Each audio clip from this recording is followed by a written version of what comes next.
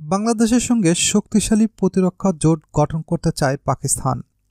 গত মঙ্গলবার পাকিস্তানের পাঞ্জাব প্রদেশের রাওয়ালপিন্ডি শহরের সেনা সদর দপ্তরে দেশটির সেনাপ্রধান জেনারেল আসিফ মুনিরের সঙ্গে বাংলাদেশ সেনাবাহিনীর principal staff officer lieutenant general SM. Kamrul হাসানের সঙ্গে বৈঠক হয়েছে। ওই বৈঠকে দুই কর্মকর্তা এই মর্মে একমত হয়েছে যে বাংলাদেশ এবং পাকিস্তান ভ্রাতৃপ্রতিম দেশ এবং বৈশক্তির প্রভাব থাকা সত্ত্বেও দুই দেশের সম্পর্ক অবশ্যই দৃঢ় থাকবে। উক্ত সাক্ষাতে দুই দেশের মধ্যকার সামরিক সম্পর্কের উন্নয়ন, আঞ্চলিক নিরাপত্তা, সামরিক সহযোগিতা বৃদ্ধির উপর আলোচনা করেন। এছাড়া প্রতিরক্ষা সংক্রান্ত বিভিন্ন ইস্যুতে দুই দেশের সেনাবাহিনীর পারস্পরিক আদান প্রদান, সহযোগিতা ও অংশীদারিত্বের মাত্রা বাড়ানোর ব্যাপারেও আলোচনা করেন পাকিস্তানের সেনাপ্রধান এবং বাংলাদেশের পিএসও। পাকিস্তানের সেনাপ্রধান বলেন, দুই দেশের প্রতিরক্ষা বাহিনীর মধ্যকার সহযোগিতাপূর্ণ বিভিন্ন উদ্যোগ ও পদক্ষেপের মাধ্যমেই দক্ষিণ এশিয়া অঞ্চলের নিরাপত্তা ও সীমান্ত সুরক্ষা সম্ভব। পাকিস্তান ও বাংলাদেশের বন্ধুত্ব, অংশীদারিত্বপূর্ণ সম্পর্ক উপমহাদেশের সীমান্ত সুরক্ষিত রাখার জন্য খুবই কার্যকর ভূমিকা রাখতে পারে। দ্বিতীয় সর্বোচ্চ পদে থাকা লেফটেন্যান্ট জেনারেল হাসান তিনি বলেন, অনেক বছর পর পাকিস্তানের সফর প্রথম বাংলাদেশি জেনারেল।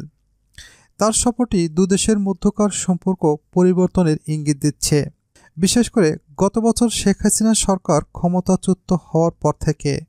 শেখ হাসিনার 15 বছরের শাসনামলে বাংলাদেশ পাকিস্তান সম্পর্ক প্রায় স্থবির অবস্থায় ছিল। তিনি পাকিস্তানের পক্ষ থেকে পাঠানো শান্তি প্রস্তাব বারবার প্রত্যাখ্যান করেছিলেন। তবে তার ক্ষমতাচ্যুতর পর থেকেই দুই দেশের মধ্যে সম্পর্ক উন্নয়নের লক্ষ্য দেখা যাচ্ছে।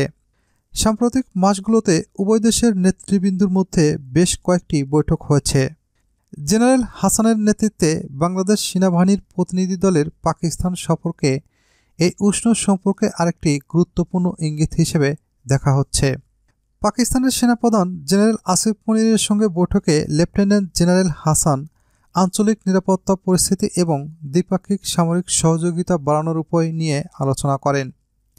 পাকিস্তানের আন্তঃবাহিনী জনসংযোগ পরিদপ্তর জানান, উভয় দেশের জেনারেল শক্তিশালী প্রতিরক্ষা সম্পর্কের উপর গুরুত্বারোপ করেন এবং এই সম্পর্ককে বহিরাগত প্রভাব থেকে মুক্ত রাখার প্রয়োজনীয়তা তুলে ধরেন।